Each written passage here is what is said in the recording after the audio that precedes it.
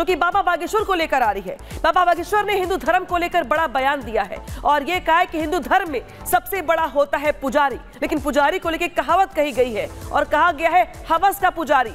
भला हवस का पुजारी के बजाय हवस का मौलाना क्यों नहीं कहते? क्या कुछ कहा गया उनकी ओर से? सुनवाते हैं आपको। इनको ज्ञान नहीं है किसी भी प्रकार से। हमने किसी भी मजहब को या किसी भी धर्म गुरु को नहीं हमने बोला। हमने एक अपने सनातनियों को जगाने के लिए जो प्रायोजित तरीके से हमारे भारतीय सनातनी हिंदुओं का ब्रेन वॉश किया जाता, उसको हमने जागरूक हिंदुत्व के नाते, हिंदू के नाते हमने बताया है कि हवस का पुजारी पर क्यों होता है। बोलचाल में पुजारी हमारे सनातन धर्म का सबसे बड़ा पद है, सनातन धर्म में उसका सम्मान है, पूजा करते हैं। अच्छा, हवस का पादरी क्यों नहीं होता? हवस का मौलाना क्यों नहीं होता? अगर ये बोल दिया है तो लोगों को दिक्कत होने लगी। अभी कोई एक नेताजी है, उन्होंने बयान दिया था कि साधु संत तो गांजा फूंकते हैं। कोई अंसारी जी है, उन्होंने कहा कि महात्मा गांजा फूंकते हैं। ये बेफिजूली की बात है। महात्मा गांजा फूंकते, सब नहीं फूंकते। ऐसे तो अंसारी आतंकवादी होते हैं, पर सब नहीं होते हैं, पर कुछ होते हैं। तो ये सब पर आप टारगेट नहीं कर सकते हो। उसी प्रकार पुजारी कुछ गलत हो सकते, पर सब पुजारी गलत नहीं हो सकते ना। तो सबको टारगेट क्यों किया जाए? हवस का मौलाना क्यों नहीं हो सकता है? हम किसी भी मजहब के खिलाफ नहीं है, उनको बुरा नहीं मानना चाहिए। अगर किसी को बुरा लगा हो तो लगना चाहिए, उसमें हमको कोई दिक्कत नहीं। और अब बात हरियाणा चुनाव की। हरियाणा के चुनाव प्रचार के आखिरी दिन यूपी के मुख्यमंत्री योगी आदित्यनाथ ने पूरी ताकत झोंक दी। लोकसभा चुनाव में कांग्रेस के आरक्षण समेत जिन मुद्दों को लेकर बीजेपी के सामने थी, सीएम योगी आदित्यनाथ ने आज उन्हीं मुद्दों को जनता के सामने उठा दिया और कांग्रेस पर झूठ बोलने का आरोप लगाकर बड़ा हमला बोला।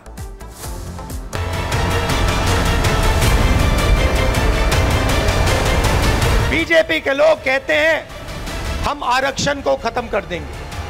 लोकसभा चुनाव में कांग्रेस ने जिन मुद्दों को हवा देकर बीजेपी के खिलाफ माहौल बनाया था, सीएम योगी आदित्यनाथ ने कांग्रेस के आज उन्हीं दावों की पोल खोल दी। लोकसभा चुनाव के दौरान कांग्रेस के नेता राहुल गांधी समेत पूरी कांग्रेस पार्टी ने ये कहकर बीजेपी के खिलाफ माहौल बनाया था कि बीजेपी अगर सत्ता में आई तो आरक्षण खत्म कर देगी। लेकिन आज सरकार को बने करीब 4 महीने हो रहे हैं, ना तो आरक्षण खत्म हुआ और ना ही संविधान में कोई बदलाव किया गया। और इसीलिए इंडी गठबंधन की तरफ से जनता के बीच जो झूठ फैलाया गया, उस झूठ का सीएम योगी आदित्यनाथ ने पर्दाफाश कर दिया, वो भी कुरुक्षेत्र की ऐतिहासिक धरती से। भाजपा की फिर से सरकार बनेगी तो संविधान को ये लोग समाप्त कर देंगे, आरक्षण समाप्त कर देंगे। इतना झूठ बोला था। समाज को बांटना, जाति के नाम पर, क्षेत्र के नाम पर, भाषा के नाम पर, मत और मजहब के नाम पर, ये कांग्रेस के डीएनए का पार्ट है जिससे देश को कमजोर किया जा सके। देश कमजोर होगा तो सनातन समाज कमजोर होगा, सनातन समाज कमजोर होगा तो वर्तमान असुरक्षित होगा, आने वाली पीढ़ी का भविष्य खराब होगा।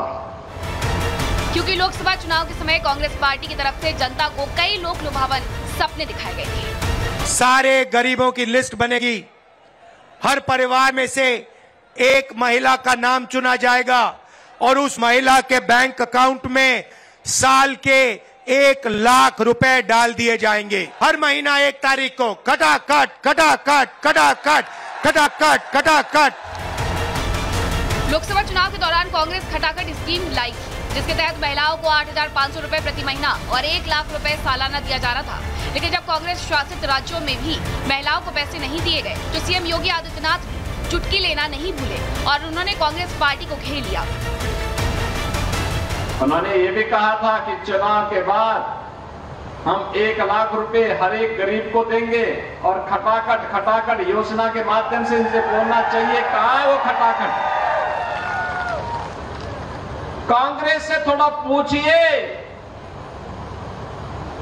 और जो राहुल गांधी जी आपके पास आते थे खटाखट खटाखट कहने के लिए, आज वे यहां से तो पहले मैदान छोड़ करके सपाचट हो चुके हैं। वो आ ही नहीं रहे होंगे। ऐसा नहीं है कि सीएम योगी आदित्यनाथ ने पहली बार ही कांग्रेस को उसके वादे याद दिलाए हैं। बीते दिनों जब राहुल गांधी ने प्राण प्रतिष्ठा कार्यक्रम में हुए भजन कीर्तन को नाच गाना बताकर सनातन का अपमान किया था, तब भी सीएम योगी आदित्यनाथ ने ही आगे बढ़कर राहुल गांधी को जवाब दिया था।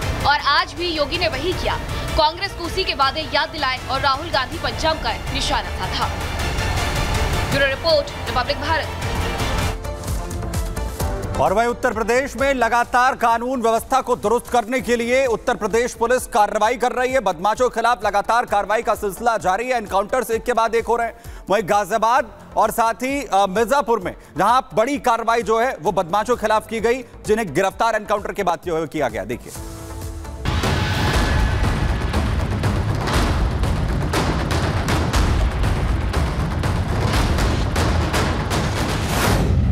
बदमाशों पर टूटा पुलिस का कहर।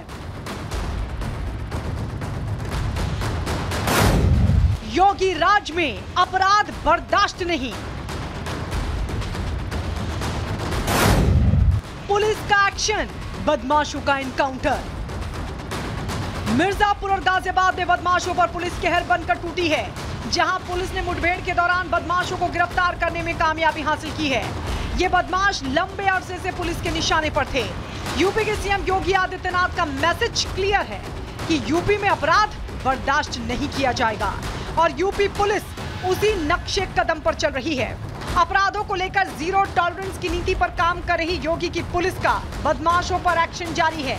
अस्पताल के बेड पर करहा रहे ये बदमाश मिर्जापुर की आबो हवा खराब करने की कोशिश में लगे थे। ये लोग चेन स्नैचिंग और लूट की वारदातों को लंबे समय से अंजाम देते आ रहे थे और अब इनकी नजर मिर्जापुर के प्रसिद्ध विंध्याचल मेले पर थी। ये लोग मेले की रेकी कर रहे थे, जिससे मेले में आने वाले लोगों को लूटा जा सके। इनमें से एक बदमाश पर 25,000 तो दूसरे बदमाश पर 15,000 का इनाम पहले से था, जिनकी तलाश पुलिस कर रही थी। इन दोनों के द्वारा पुलिस पे इन पे फायर किया गया। जब पीछा कर रही थी पुलिस को, पुलिस ने आत्मरक्षा इन पे फायर किया।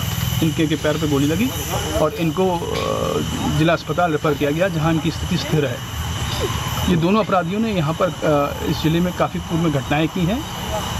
ये घटनाएं सबसे पहले तो अभी यहाँ पे जो पूर्ववत इनकी घटनाएं हैं वो फरवरी में ही इनके द्वारा एक चिल में एक घटना की गई थी, जिसमें एक महिला से बैग छीना था और 1 लाख रुपए इन्होंने उससे छीने।